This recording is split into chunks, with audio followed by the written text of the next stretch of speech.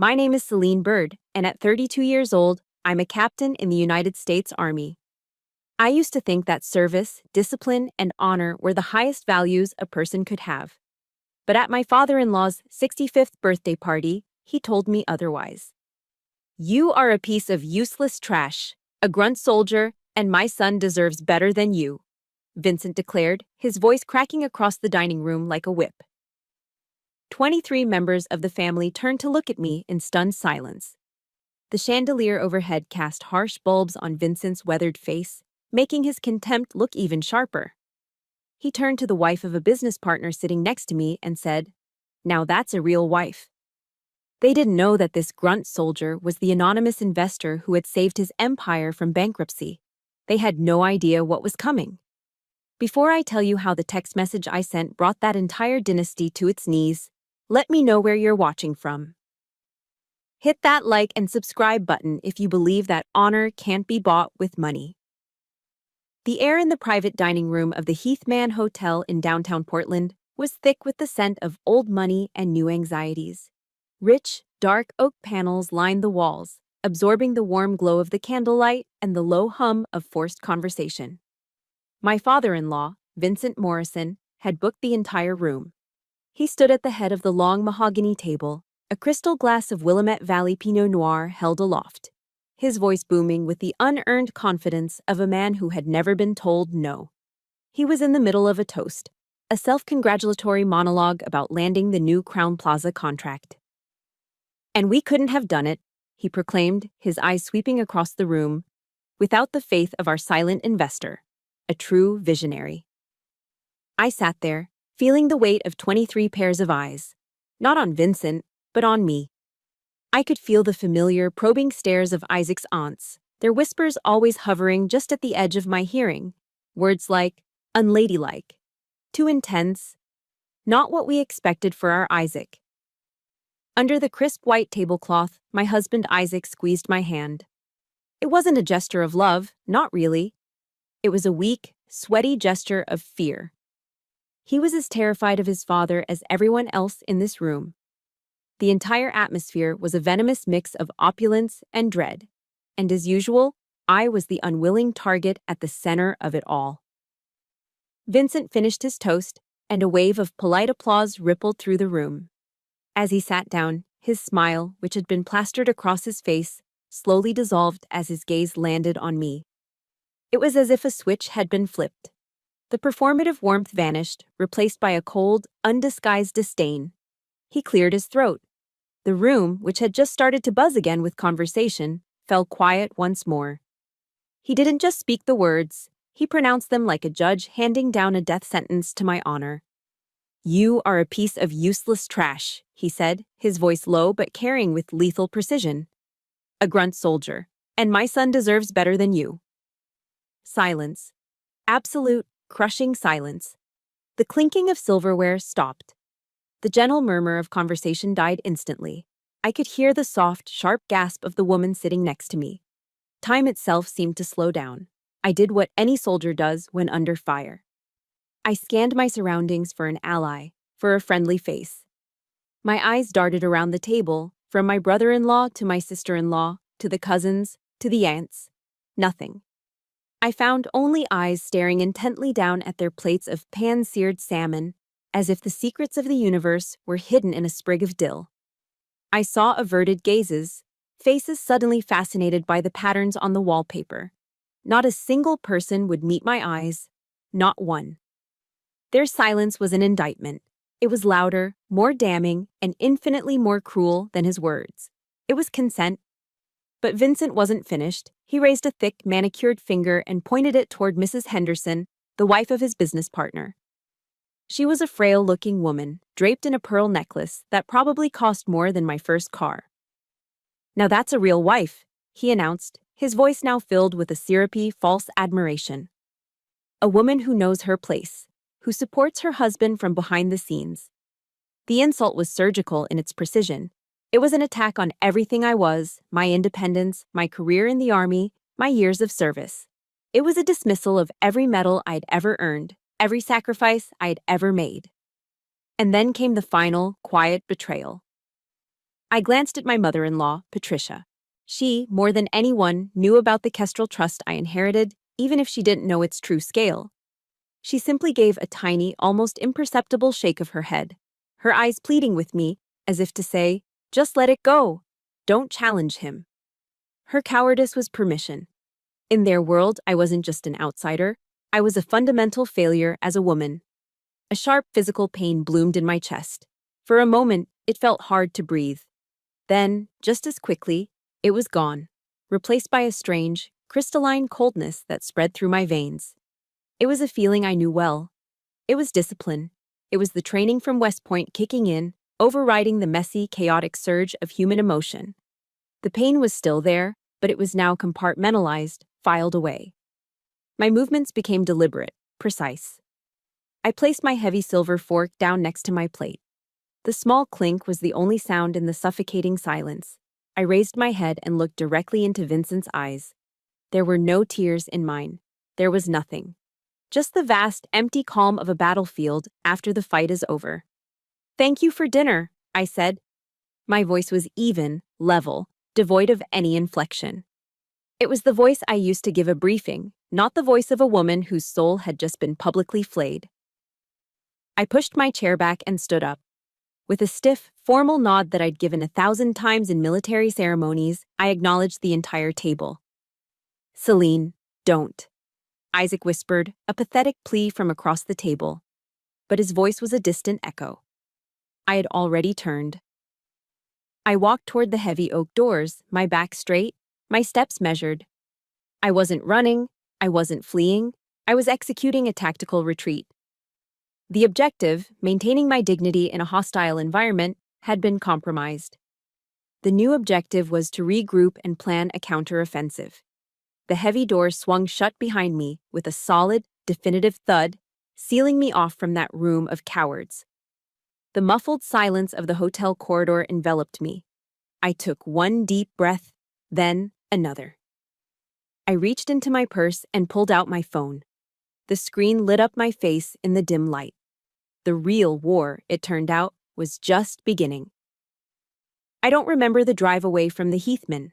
My mind was a blur of shock and adrenaline. But I found myself driving through the familiar streets of Portland, the wipers on my car sweeping away the persistent, misty drizzle that felt so unique to this city. The rhythmic slap of the blades against the glass was hypnotic, and as I drove, the raw wound of tonight's humiliation began to ache with the phantom pains of older scars. That's the thing about deep wounds. They never truly heal. They just wait for a fresh injury to tear them open again. And tonight, Vincent hadn't just created a new wound. He had ripped open every old one I had.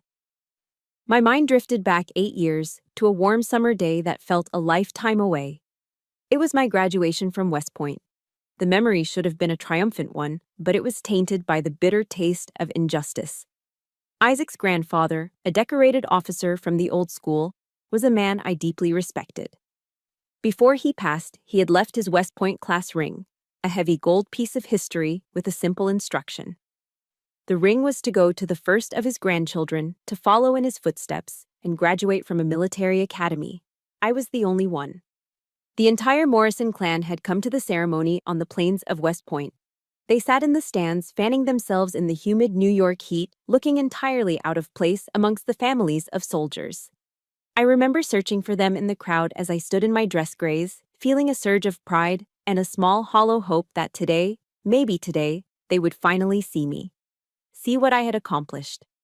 That hope died later that evening, at a stuffy restaurant on the Hudson. Vincent, playing the role of family patriarch, tapped his glass for attention. He pulled a small velvet box from his pocket and opened it. Inside, resting on faded satin, was the ring. My heart pounded in my chest. This was it. This was the moment of acceptance. But Vincent didn't look at me. He looked past me, to Isaac's older brother, David, a mid-level investment banker with soft hands and a cynical smile. Vincent stood up, walked over to David, and presented the ring to him. "A soldier's legacy," Vincent announced to the table, his voice thick with patriarchal authority, "belongs to a man." I just sat there, frozen. The air was sucked out of my lungs. I felt 100 pairs of eyes on me, a mix of pity and discomfort. Isaac, to his credit, started to speak up. Dad, that's not right. Celine is the one who. But it took only one sharp, cold glare from Vincent to silence him. Isaac's protest died in his throat, and he slumped back in his chair, defeated. And in that moment, I understood. I would always be an outsider, my achievements rendered invisible by my gender. And that wasn't the only time. It was a pattern, a quiet but consistent erosion of my worth. Years later, when I was serving in Iraq, my unit was ambushed. I was awarded the Bronze Star Medal for valor after pulling 2 of my wounded soldiers out of the line of fire. It was the proudest and most terrifying day of my life. I sent a photo of myself with the medal pinned to my uniform back home to the family. I thought maybe this, a recognition of courage under fire, was something they could understand, something they couldn't ignore. The reply from Patricia, my mother-in-law, came a day later. It was a single text message. Be safe. That was it. No pride, no congratulations, no acknowledgement of the sacrifice it represented, just a casual, dismissive platitude. To them, my career wasn't a source of honor. It was a bizarre and dangerous hobby. It was something to be tolerated, an embarrassment that interfered with my real duties as a Morrison wife. They measured success in bank account zeros, in the square footage of a mansion in the West Hills. They couldn't understand the value of honor, because honor is something you earn, not something you inherit. It can't be bought, and it can't be sold. That deep-seated ignorance was why, a year ago, I made the biggest mistake of my life. My financial manager, Mr. Davies, a close friend of my late father, had called me with some intelligence. Morrison Development was on the verge of bankruptcy. Vincent's ego and reckless investments had driven the company into the ground. My first instinct was to let it happen. Let him crash and burn. It would be a fitting end for his arrogance. But then Davies sent me the portfolio for their flagship project, the very same Crown Plaza contract Vincent was bragging about tonight. Buried deep in the fine print was a provision, a small section dedicated to building a block of subsidized housing for homeless veterans. My conscience kicked in. My duty as an officer, my loyalty to my brothers and sisters in arms, wouldn't let me stand by and watch that opportunity be lost. I couldn't let them down, even if it meant saving a man I despised. So, I gave Mr. Davies the order. Invest, I told him. Give him exactly what he needs. But on one condition, absolute anonymity. I lied to myself. I told myself I was doing it for the veterans. But a part of me, a small foolish part, hoped that this act of silent salvation would be the ultimate proof of my worth.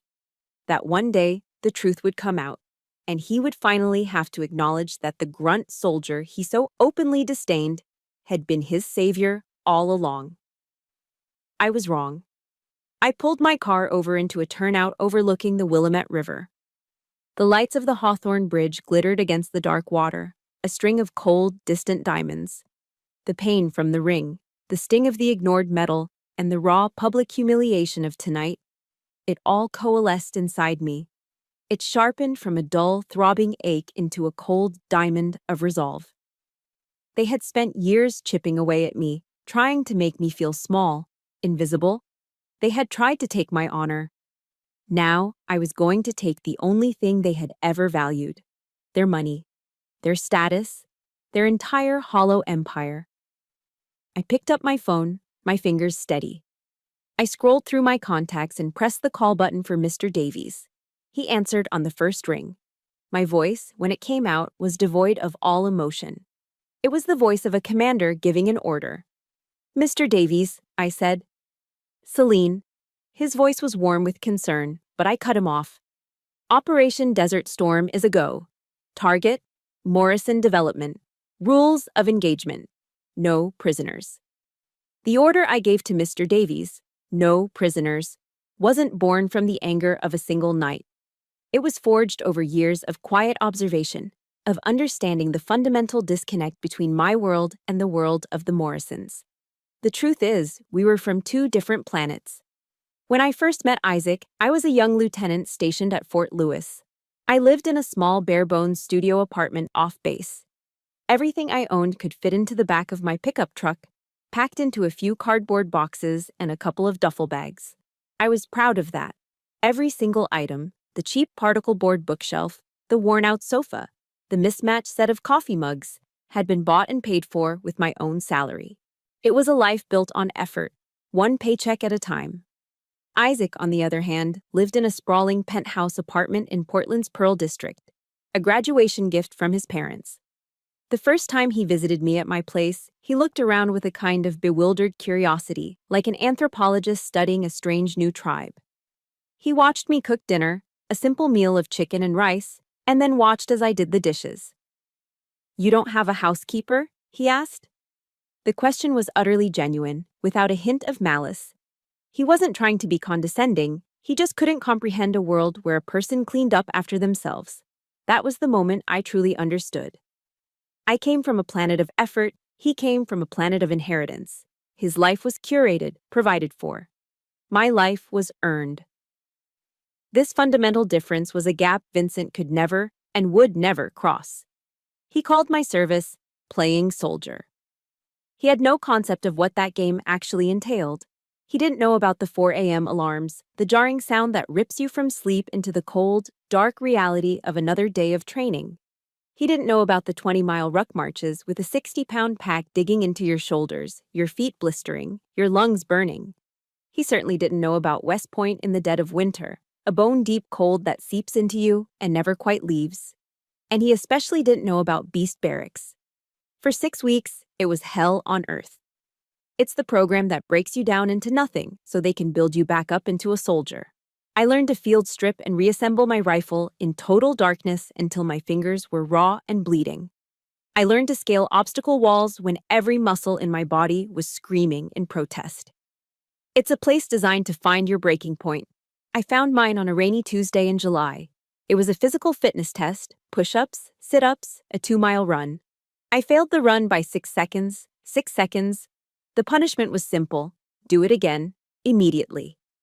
While the rest of my platoon went inside, I had to run the entire 2 miles again, alone, in the pouring rain. My drill sergeant, a man who seemed to be carved from granite and fury, stood under an awning, watching me. As I stumbled across the finish line, drenched and gasping for air, he walked over and barked in my face. "Bird!" he yelled, his voice like gravel.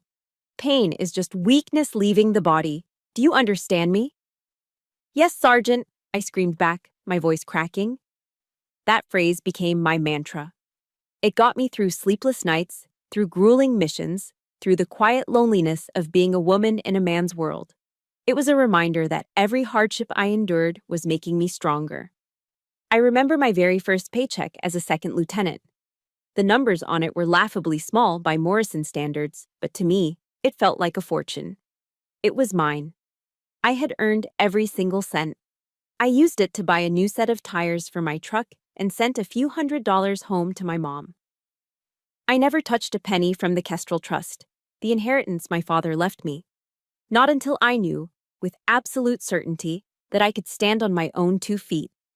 I had to prove to myself, first and foremost, that my value wasn't tied to a bank account. It was tied to my own effort. The Morrisons, meanwhile, sneered at my government salary. They couldn't grasp that its worth wasn't in the dollar amount, but in the honor and service it represented. Vincent's contempt for me wasn't just personal, it was ideological. It came from the profound ignorance of a man who has never had to struggle. He's never had to build anything from scratch. His empire was built on his father's money, his confidence a thin veneer covering a deep-seated insecurity about his own worth. My worth, on the other hand, I know to the ounce. Because I paid for it. I paid for it with sweat, with tears, and on a few occasions, with blood. My strength doesn't come from a trust fund. It comes from the steel discipline of West Point. It comes from the memory of a drill sergeant screaming at me in the rain. It was forged in fire. And Vincent Morrison was about to feel the heat of that flame. If you've ever had to work twice as hard to get half the recognition, hit that like button. And let me know in the comments what's one phrase or piece of advice that has helped you get through a tough time. I'd love to read them. After I hung up the phone with the order to begin Operation Desert Storm, a profound silence descended inside my car. It was heavier and more suffocating than the silence in the dining room had been. The adrenaline from the confrontation had faded, leaving behind a vast, hollow emptiness. I had just declared war on my own family, set in motion a series of events that would shatter lives, including my own. And in that moment, parked alone by the river, I had never felt more utterly and completely alone. My phone buzzed again, lighting up the dark interior of the car. The screen read, Mr. Davies. I braced myself, expecting a follow-up question, a request for clarification on the operational details. I took a breath to steady my voice, to once again become the cool, detached commander. But the voice on the other end of the line was not that of my financial manager. The professionalism was gone, replaced by a warmth and concern that caught me completely off guard. Celine, he said, his voice gentle. I've received the order. But I'm calling you now as James, not as Mr. Davies. Are you okay, kiddo? Kiddo. That one word, a simple term of endearment he hadn't used since I was a teenager, shattered the ironclad discipline I'd wrapped around myself. It broke through the walls of the soldier, the captain, the commander, and found the wounded woman hiding inside. A choked sob escaped my lips, and for the first time that night, shielded by the privacy of my car and the kindness of a man miles away, I let the tears fall. They weren't loud, desperate sobs, but silent, hot tears that streamed down my face, carrying with them years of pent-up pain, frustration, and loneliness. James Davies wasn't just the man who managed the Kestrel Trust. He was my father's best friend, his closest confidant since their college days. He had known me my entire life. He was a link to the person I missed every single day. My father had been a diplomat, a man of quiet strength who believed that true power was never loud. He moved through the world with a calm, observant grace, and he had tried to instill that same principle in me. Celine, he used to tell me, his voice a low, comforting rumble, you don't have to shout to be heard. A quiet action at the right time and in the right place has more power than 1,000 speeches. As if reading my mind, James's voice brought my father's memory to life. Your father would be so proud of you, Celine, he said softly. Not for the money you have, but for the woman you've become. He would want you to defend your honor. He would expect nothing less. His words were like a warm current flowing through the icy wasteland of my heart, a balm on a bleeding wound. He wasn't just offering sympathy, he was reminding me of who I was, of the legacy I carried. He was reminding me that my values weren't wrong. They were just in the wrong company. I remember one time, James continued, his voice taking on the familiar cadence of a storyteller. We were at an embassy posting in South America. There was this arrogant general, a real bully, who was skimming money from aid funds. Your father never raised his voice, never confronted him publicly. Instead, he just did what he did best. He observed. He gathered facts. He used the diplomatic channels, writing quiet, precise reports back to the State Department. 2 months later, the general was silently recalled, his career finished. He never even knew what hit him. James paused, letting the story sink in. That's how the birds fight, Celine. With intelligence and precision. Not with rage. He wasn't just giving me a pep talk. He was giving me a battle plan. He was reminding me that my last name was more than just a name. It was a strategy. It was a legacy of quiet, unshakable strength. In that moment, he felt more like family to me than the 23 people I had just left behind. He was family built on a foundation of shared memories and mutual respect, not on the hollow pretense of a shared bloodline. Before we ended the call, James said something that I would carry with me into the coming storm. Vincent Morrison is a small, petty man, Celine. The kind of man who has to tear others down to feel tall. Don't you ever let his smallness define your worth. His voice shifted then, becoming firmer, the way a coach speaks to his player before the big game. Now, you get some rest, Captain. Tomorrow we show him what a soldier's strength really looks like. When the call ended, I sat in the silence for a long time. But it was a different kind of silence now. The hollowness was gone, replaced by a renewed sense of purpose. The tears had stopped. The cold, crystalline resolve had returned, but this time it wasn't brittle with loneliness.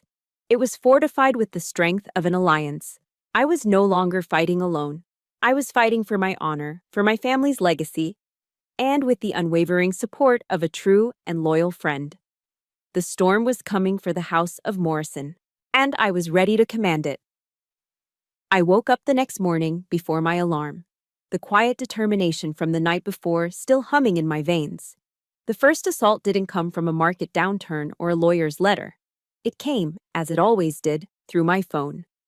It started with a single text from Isaac, then another, and another, until my phone was buzzing nonstop on the nightstand.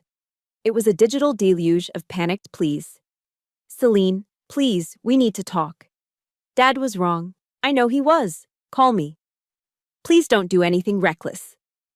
Reckless? I stared at the word on my screen. The reckless thing was allowing myself to endure years of quiet humiliation. The reckless thing was believing that my service and my accomplishments might one day earn me a seat at their table. Standing up for myself wasn't reckless. It was long overdue. Then came the texts from Patricia, my mother-in-law. Hers were crafted with the subtle artistry of a lifelong manipulator. She adopted the tone of a victim, the heartbroken matriarch watching her family crumble. "Celine, you're tearing this family apart.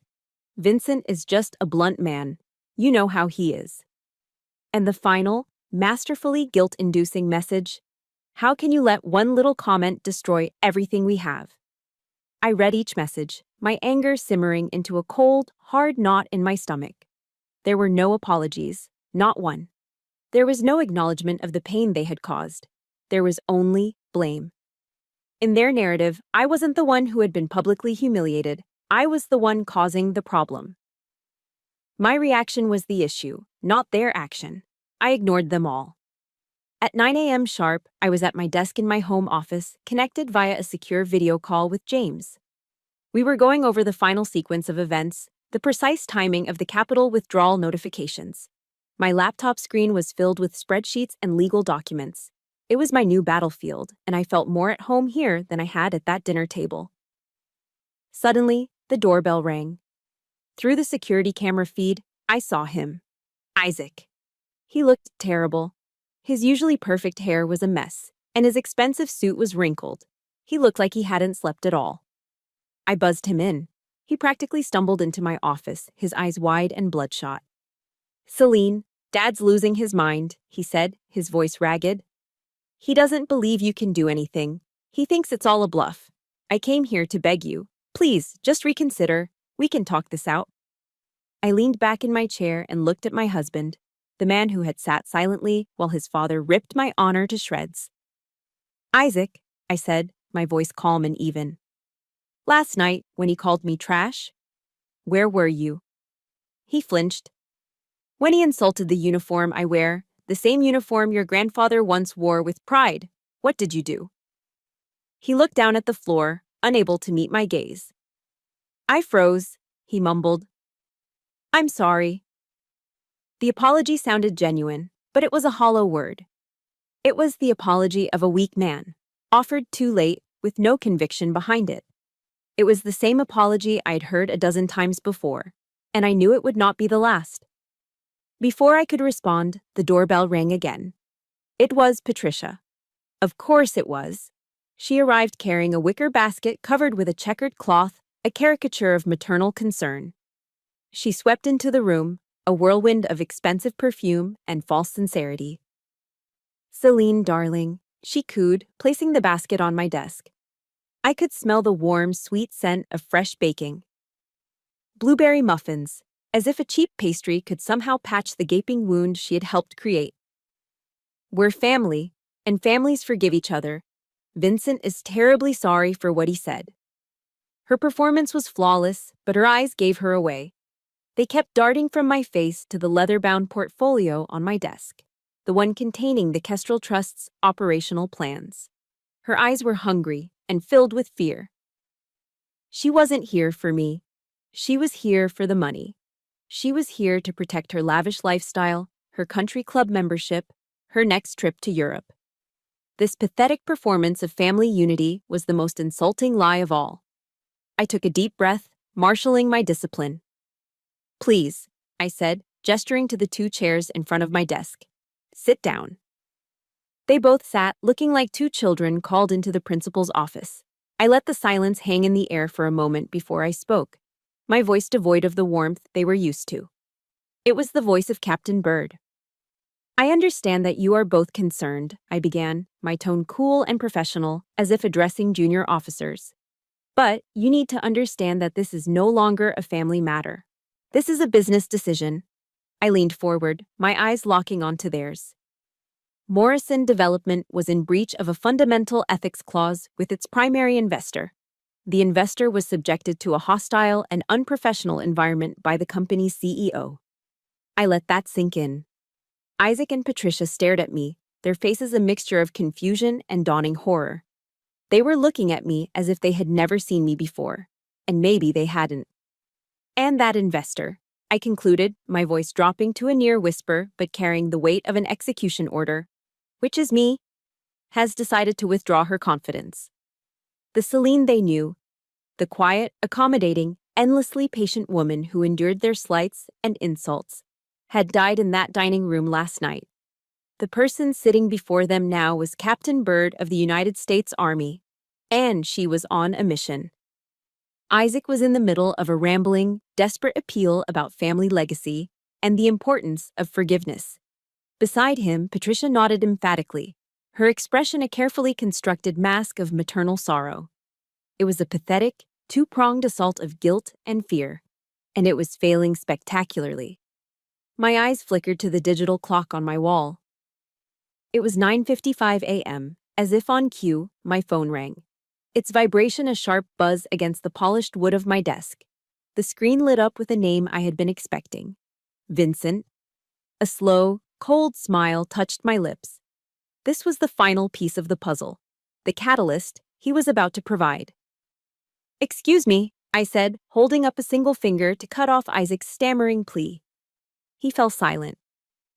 I answered the call and, with a deliberate movement, pressed the speakerphone button, placing the phone in the center of the desk.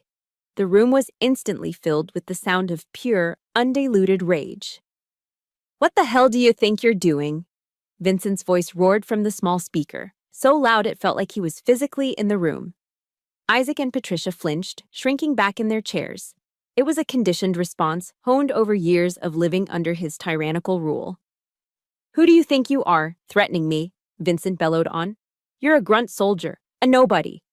What could you possibly know about real business? I'm giving you 5 minutes, 5 minutes to call off whatever stupid little game you're playing. You call your people, you tell them it was a mistake, and you apologize. You do that, or so help me God, you'll regret the day you ever met my son." His arrogance was a force of nature. Even now, teetering on the edge of an abyss he couldn't see, his instinct wasn't to question, but to dominate. He was issuing a command, fully expecting me to crumble, as his wife and son always did. He was so blinded by his own power, he couldn't recognize he was holding a losing hand. And that was it. That was the final straw. Any microscopic, lingering thread of doubt, any vestigial sense of obligation to the family name I carried, vaporized in the heat of his rage. This wasn't a man who had made a terrible mistake. This was a bully, furious that his victim was finally fighting back. He was irredeemable. I glanced across the desk at Isaac and Patricia. I saw the familiar, naked terror in their eyes, the same paralyzed fear that had kept them silent and complicit. They were still his prisoners, trapped in a gilded cage. But I was not. My training had prepared me for moments like this. When faced with an irrational force, you do not engage, you neutralize. I leaned toward the phone. The entire room seemed to hold its breath. My voice, when I spoke, was not loud, but it cut through his roaring with the clean, cold precision of a surgeon's scalpel. "You have 4 minutes, Vincent." And then I hit end call. The abrupt silence that followed was more shocking than his yelling had been. Isaac and Patricia stared at me, their mouths open, their faces etched with terror and disbelief. I gave them no attention. I turned my full focus to my laptop screen, where James's calm, serious face was waiting. Our eyes met through the camera. He hadn't heard the call, but he saw the look on my face. He knew. The time for deliberation was over. James, I said, my voice crisp, clear, and stripped of all emotion. Execute. James gave a single, sharp nod, a gesture of unwavering trust. Understood, Captain, he replied, his expression grim but resolute. 3 communiques will be dispatched simultaneously at 10 SAR for race hours. What communiques? Isaac finally managed to stammer, his voice a reedy whisper. Celine, what are you doing? I didn't answer him. My eyes were fixed on the large digital clock on my wall. 9:56. The second hand swept around the face in a smooth, relentless arc. The world outside seemed to fade away. The only thing that mattered was the countdown, the final ticking seconds of the Morrison Empire as they knew it. 9:57. Patricia was rocking slightly in her chair, wringing her hands, her knuckles white. 9:58. Isaac was staring at me now, the fear in his eyes being replaced by a dawning, horrified comprehension. He was finally connecting the dots, finally starting to understand the scale of the power he had never known I possessed. 9:59. I could feel my own heart beating against my ribs, a steady, rhythmic drum. This wasn't a hot-blooded act of revenge. This was a cold, calculated tactical strike. This was justice. 10 dears.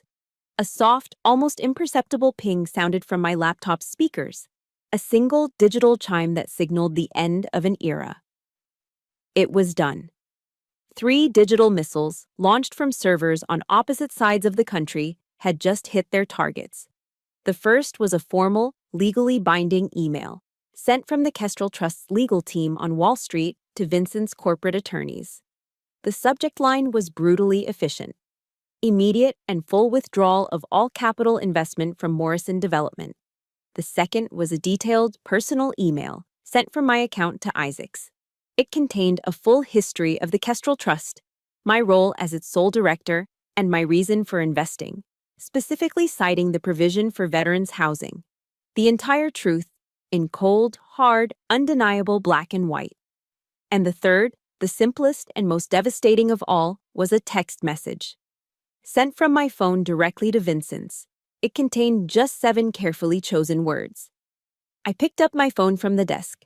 Isaac and Patricia watched my every move as if I were a queen cobra about to strike. I turned the screen toward them, holding it steady in the silent room. On it, the text I had just sent to Vincent was displayed in a stark, green bubble, the delivery confirmation right below it. It read, "You should never underestimate a soldier." Patricia let out a strangled gasp, her hand flying to her mouth, her eyes wide with terror. Isaac just slumped in his chair as if his strings had been cut, all the color draining from his face, leaving it a sickly, pasty white. He understood now. He finally, truly understood the magnitude of what had just happened. The room fell silent once again. But this wasn't the suffocating, shameful silence of the night before. This was the cold, profound, and final silence of an execution chamber after the sentence has been carried out. And I was the one who had pulled the switch. If you're on my side, hit that like button. And for the comment, I want you to finish this sentence for me. The best revenge is Bruce. Let's see what you've got. The silence in the room after the ping lasted less than 60 seconds, but it felt like an eternity. It was a vacuum, a void of disbelief where Isaac and Patricia were suspended, unable to process what had just happened. Then chaos erupted. Isaac's phone buzzed violently on the floor where he'd dropped it minutes earlier, but he didn't move. A second phone, his work cell, began ringing from his jacket pocket, a frantic, tinny melody. Simultaneously, a notification chimed on his smartwatch. It was the email I had sent him. He fumbled for his phone on the floor, his hands shaking so badly he could barely grip it. He answered the call. "What?" he snapped, his voice tight with panic. It was his assistant. I could hear the frantic squawking on the other end. As he listened, his eyes scanned the email on his watch. I watched the information register on his face. I saw his pupils dilate in horror, his jaw go slack. He was a man watching his entire reality crumble in real time. Cancel everything, he stammered into the phone. Just cancel it." He didn't even end the call. The phone just slipped from his trembling fingers and clattered onto the hardwood floor for a second time. He slowly raised his head to look at me. The man I was looking at was not my husband. He was a stranger, his face a horrifying cocktail of fear, disbelief, and a strange, terrifying kind of awe. It was the look a primitive man might give to a lightning strike. "Kestrel," he whispered, his voice shattered. "The Kestrel Trust. It's you?" He shook his head, a jerky, desperate motion. No, it can't be. Dad said, he said it was an investment fund from New York. He said he met with them. I remained perfectly still in my chair, my hands resting calmly on the desk. "He never met with them, Isaac," I said, my voice measured and clear. "He met with their lawyers, and those lawyers work for James Davies. And James Davies works for me." I let each piece of information land like a carefully placed stone, sending ripples across the wreckage of his understanding. For the last 18 months, 80% of Morrison Development's liquid capital has come from the Kestrel Trust. From my trust. I paused, letting the sheer scale of it sink in. And Isaac, the only reason I invested, the sole reason that provision was made, was because of the veterans' housing component in the Crown Plaza project. The military career your father despises, the service he calls playing soldier, is the only thing that has kept his empire from collapsing for the last year and a half. The final piece clicked into place. I saw it in his eyes, the dawning horror. Isaac sank back into his chair and buried his face in his hands, a low, guttural moan escaping his lips. "Oh my God," he breathed into his palms. All this time, he was praising them. He was toasting the anonymous investor. He was talking about you. The whole time, he was talking about you. Just then my own phone began to ring, the name Vincent flashing on the screen. His rage had found its target. I looked at the screen, then calmly pressed the red decline button. The ringing stopped. A second later, a text message notification appeared. The message was in all caps, a testament to his helpless fury. "You bitch! What did you do?" I picked up my phone and held it out for Isaac to see. He raised his head, his eyes red-rimmed and hollow, and read the message. He then looked from the phone back to me, and for the first time, I saw not just fear, but a profound, soul-deep shame wash over his face. "I'm so sorry, Celine," he whispered, his voice choked with regret. I had no idea." Patricia, who had been frozen in a state of catatonic shock, finally broke. A loud, wrenching sob tore from her throat. It wasn't a cry of sympathy for me. It was the sound of pure, selfish despair. "Oh dear God, Vincent," she wailed, her words muffled by her hands.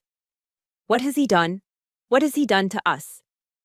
They finally understood. This wasn't a family argument that could be smoothed over with blueberry muffins and empty apologies. This was a war. And it was a war they had already lost before they even knew they were fighting. I looked at Isaac, at the broken man who was my husband. My voice was no longer that of a wife. It was the calm, analytical voice of an officer delivering an after-action report. "Your father went to business school, Isaac. I went to West Point. There, they teach a military doctrine called shock and awe. The principle is simple. You overwhelm your adversary with a display of superior force so sudden and so devastating that it paralyzes their will to fight." I stood up, my chair making a soft scraping sound on the floor. I was in command. "The war ended at 10:01 this morning when you read that email. All of this," I said, gesturing to the weeping woman and the broken man before me. "This is just clearing the battlefield." I was no longer their daughter-in-law. I was no longer Isaac's quiet, compliant wife. I was a force they had foolishly provoked. And now, they would all have to face the consequences. I didn't have to wait long. Exactly 15 minutes after I had declared the end of the war, the sound of squealing tires echoed from the street outside. A black Bentley sedan swerved violently into my driveway, braking so hard the car lurched forward on its suspension. The driver's side door flew open before the engine was even off, and Vincent Morrison stormed out, his face a mask of purple rage. He didn't even bother to close the car door behind him. This wasn't an arrival. It was a desperate invasion. He pounded on my front door, the heavy thuds vibrating through the house. Isaac, who had been sitting in a catatonic state, jumped up and rushed to the door. "Dad, wait, don't," he began, but it was useless. Vincent shoved his own son aside with a guttural roar, sending Isaac stumbling back into the foyer. He stormed into my home, his eyes wild and bloodshot, searching for me. When he saw me standing calmly in the doorway of my office, he pointed a trembling finger. "You!" he screamed, his voice hoarse with a mixture of fury and panic. "What did you do?" He took a few steps closer, his chest heaving. "This is some kind of fraud, a trick. You can't be the Kestrel Trust. You're just a goddamn grunt soldier." His denial was so absolute, so profound, it was almost pathological. He was a man drowning, and the truth was the water filling his lungs. He simply could not process a reality where I held any power over him. I didn't say a word. I didn't need to. The battlefield had been prepared. I simply met his crazed glare with a look of utter calm and gestured with my head toward the large monitor on my office wall. "In here, Vincent." He hesitated for a second, then barged past me into the office. Isaac and Patricia hovered nervously in the doorway behind him, watching the final act of their family tragedy unfold. On the 65-inch screen, I already had the secure login portal for the Kestrel Trust open. I entered my credentials. The first page that loaded was the asset overview. The numbers were staggering. A real-time tracker showed the total value of the trust, a 9-figure sum that danced and flickered with the market's every move. I watched Vincent's face in the reflection on the screen. The apoplectic rage began to recede, replaced by a flicker of confusion and a dawning, sickening dread. The numbers were irrefutable. Without a word, I clicked to the next tab, Transaction History. I had filtered it to show only one recipient, Morrison Development. Line by line, the screen filled with a meticulous record of every capital injection, every wire transfer that had kept his company afloat for the last 18 months. The dates, the routing numbers, the exact dollar amounts. It was all there, a cold, digital ledger of his salvation at my hands. His breathing became shallow. The color was draining from his face. For the final blow, I opened the Trust's founding charter, a scanned legal document bearing the seal of a prestigious New York law firm. I used the mouse to zoom in on a specific section, enlarging the text until it filled the entire screen. The heading was clear: Beneficiary and Sole Fiduciary Authority. And beneath it, my name, printed in crisp, undeniable black letters, Captain Celine A. Byrd, U.S. Army. That was the moment he broke. The last ounce of fight left him. His face went ashen, a deathly white.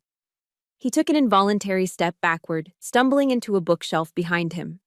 Books rattled on the shelves. "No," he whispered, the word a faint puff of air. It's not possible." I rose slowly from my chair and crossed my arms, standing before him, not as his daughter-in-law, but as his victor. "In the military, Vincent, we learn the importance of reconnaissance," I said, my voice cutting through the silence. "You have to know the terrain, and you have to know your enemy. You failed on both counts." I took a step closer, my eyes boring into his. "You were in a vulnerable position, and you launched an unprovoked attack against an ally who was actively protecting your flank. In my world, that's a rookie mistake. It's the kind of tactical error that gets soldiers killed." I let the words hang in the air, a final, damning assessment. "For you, it's just going to cost you everything." As if on cue, as if orchestrated by some cosmic director, his phone began to ring. A shrill, panicked sound in the silent room. He fumbled for it in his pocket, his hand shaking uncontrollably. He looked at the caller ID. It was his primary lender at the bank. He stared at the screen, paralyzed, and let it go to voicemail. It immediately began ringing again. A different number. I recognized the name of his business partner's lead attorney. He silenced it. A third call came through, this time from the City of Portland Planning Commissioner. The financial storm had hit. The network of power and influence he had spent a lifetime building was collapsing in on him in real time, one phone call at a time. He looked at the phone, then his eyes darted up to meet mine. The rage was gone. The denial was gone. All that was left was the raw, naked desperation of a defeated king.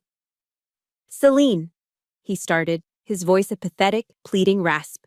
We're family." I looked at him, at this small, broken man standing amidst the ruins of his own arrogance. My expression was as cold and hard as a block of ice. "You burned that bridge yourself last night, Vincent." After Vincent stumbled out of my house, leaving Isaac and Patricia weeping in the ruins of their world, there was no triumphant celebration. There was only a profound and heavy silence. Victory, it turns out, is a quiet affair. The days that followed were a blur of headlines and phone calls. The collapse of Morrison Development wasn't just a story.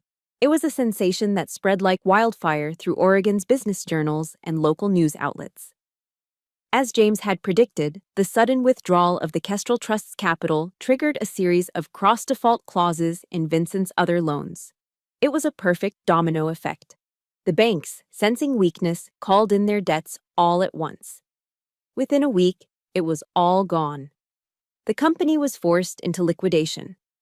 The sprawling mansion in the West Hills was put up for sale. The black Bentley was repossessed. Vincent Morrison, the titan of Portland real estate, filed for personal bankruptcy. But the financial ruin was only part of his downfall. The juicier story, the one that was whispered at cocktail parties and in country club locker rooms, was the why. The narrative of a powerful CEO being brought down because he publicly humiliated his own daughter-in-law, a decorated Army captain who also happened to be his secret benefactor, was simply too deliciously ironic to ignore. He didn't just lose his fortune, he lost his reputation. He became a cautionary tale, a social pariah, a joke. And for a man like Vincent, that was a fate worse than poverty. A few days later, Isaac asked to meet. We chose a small, neutral coffee shop in the Alphabet District, a place with no memories attached. He looked thinner, the confident swagger he once had completely gone, replaced by a quiet, somber humility. He stirred his black coffee, his eyes focused on the swirling liquid. "I filed for legal separation from my parents," he said, his voice low. He finally looked up at me, and his eyes were clear, filled with a sad resolve. "I can't be a part of that toxicity anymore, Celine. I should have stood up for you. I should have stood up for myself, years ago." He pushed a small velvet box across the table toward me. It was the same box I remembered from my graduation dinner. My breath caught in my throat. I opened it. Inside, resting on the faded satin, was his grandfather's West Point ring. "This belongs to you," he said softly. "It always has." I stared at the ring, the heavy gold a symbol of so much pain and injustice. But now it felt different. It felt like a reclamation. I didn't put it on. Instead, I simply closed the box. "Thank you, Isaac," I whispered. It was a bittersweet and necessary moment. A part of me still loved the man sitting across from me, but there was too much broken glass between us, too many years of him choosing silence over me. We agreed to a trial separation, a chance for both of us to heal on our own, away from the wreckage of his family. As we said goodbye on the rain-slicked sidewalk, I didn't know if we would ever find our way back to each other. But for the first time, I felt at peace with that uncertainty. A week later, a handwritten letter arrived in the mail. The envelope was made of thick, expensive cream-colored paper, and the return address was a new, much smaller apartment. It was from Patricia. I almost threw it away, but my curiosity got the better of me. I sat and read it. It was not the letter I expected. There were no excuses, no attempts to defend Vincent. It was a simple, stark apology. She apologized not just for the events of that night, but for her years of silence, for her complicity, for her weakness. "You deserved so much better," she wrote in her elegant, looping cursive. "I hope one day you can find it in your heart to forgive my cowardice." I folded the letter and put it back in the envelope. I felt a flicker of something, pity perhaps, but not forgiveness. Forgiveness is a long journey, and it was one I needed to start alone, for myself. I never replied. Before my leave was up and I had to return to my unit, there was one last piece of business to attend to. It was a final move on the chessboard, a psychological checkmate. Through James, the Kestrel Trust announced a major new partnership. We were teaming up with a different Portland-based construction company, a rising firm founded and run by a former Marine Corps combat engineer, and our first joint project was announced with a press release and a large sign erected on a newly acquired plot of land. The project, a state-of-the-art residential and support center for homeless and at-risk veterans, a place for healing, for training, for rebuilding lives. The location, a prime piece of real estate directly across the street from the now empty, sealed-up former headquarters of Morrison Development. Every day, for the rest of his life, whenever Vincent Morrison dared to drive past the tombstone of his fallen empire, he would be forced to look at the legacy being built in its place. He would see a monument to the very values he had scorned, a testament to the community he had called worthless. It was my final message to him and to the world. The legacy of service will always outlast the legacy of greed. A year later, I returned to Portland on leave. The city was just as I remembered it. The persistent gray sky, the scent of damp earth and coffee, the familiar silhouette of Mount Hood on the horizon. The city hadn't changed, but I had. The first thing I did was visit the construction site across from the empty shell of the Morrison Development building. What was once a vacant lot was now a bustling hub of activity. Concrete foundations were poured, steel frames reached for the sky, and the sounds of saws and hammers filled the air. It was the sound of something new being born from the ashes of something old. I stood there for a long time, watching the walls go up, feeling a profound sense of pride that was deeper and more satisfying than any victory I'd ever felt in my war with Vincent. This was the real victory. This was the real legacy. The site foreman, a burly man with a Marine Corps tattoo on his forearm, came over to greet me. He was the owner of the company I'd partnered with. He wiped his dusty hand on his jeans before shaking mine, his grip firm and respectful. "Captain Bird," he said with a wide grin. "Good to see you. She's coming along, isn't she?" "She is," I said, unable to stop smiling. "It's incredible." He looked from the rising structure back to me, his expression turning serious. "You know, Captain," he said, his voice lowering with sincerity. "What you're doing here, it's more than just building apartments. You're rebuilding lives. You're giving guys who were left behind a second chance. Don't ever forget that." His words hit me with the force of a physical blow, but in the best possible way. He was right. The anger that had fueled me for so long was gone, replaced by something warmer, something more constructive. I no longer carried the heavy burden of resentment. I'd found a better use for my strength. Later that week, I met with Isaac. Our separation had been good for him. He had moved to Seattle, taking a position at a smaller, independent firm where he could make a name for himself, free from the long, toxic shadow of his father. He was building his own life, on his own terms. We had started talking again, first with tentative texts, then with long phone calls that lasted late into the night. We were, slowly and cautiously, starting over. The love between us, I realized, had never truly died. It had just been buried under years of fear, silence, and misplaced loyalty. Now it was being rebuilt, piece by piece, on a new foundation of honesty, equality, and mutual respect. Maybe one day we'll find our way completely back to each other. Maybe we won't. But for the first time in our relationship, the future felt like a blank page, not a history book we were doomed to repeat. And that was a beautiful thing. I now wear the West Point ring. Not on my finger, but on a simple silver chain around my neck. It rests close to my heart, a constant, heavy presence.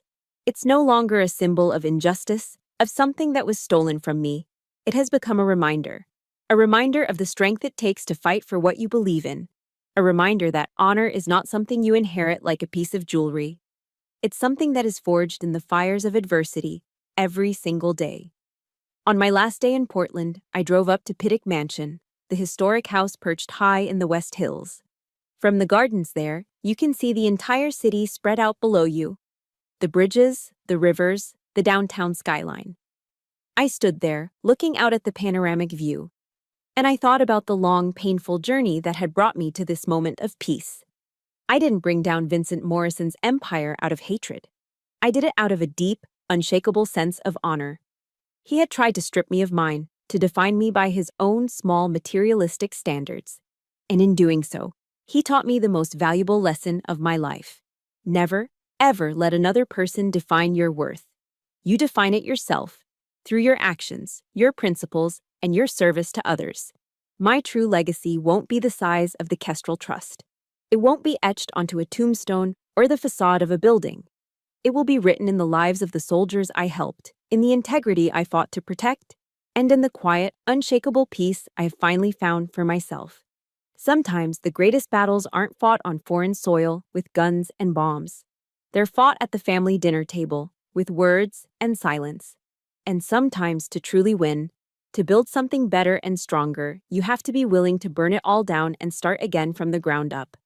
And so, my battle found its peace. Thank you for being here, for listening to my journey. I know that for so many of you, your own battles might look different, but they are just as real. This channel is a place for stories like these. Stories of finding strength when you feel powerless and rebuilding when things fall apart. If my journey resonated with you, please show your support by hitting the like button. Subscribe to become part of our community so you never miss a story of resilience. And in the comments below, I'd be honored if you shared just one word that describes your strength. Your story matters.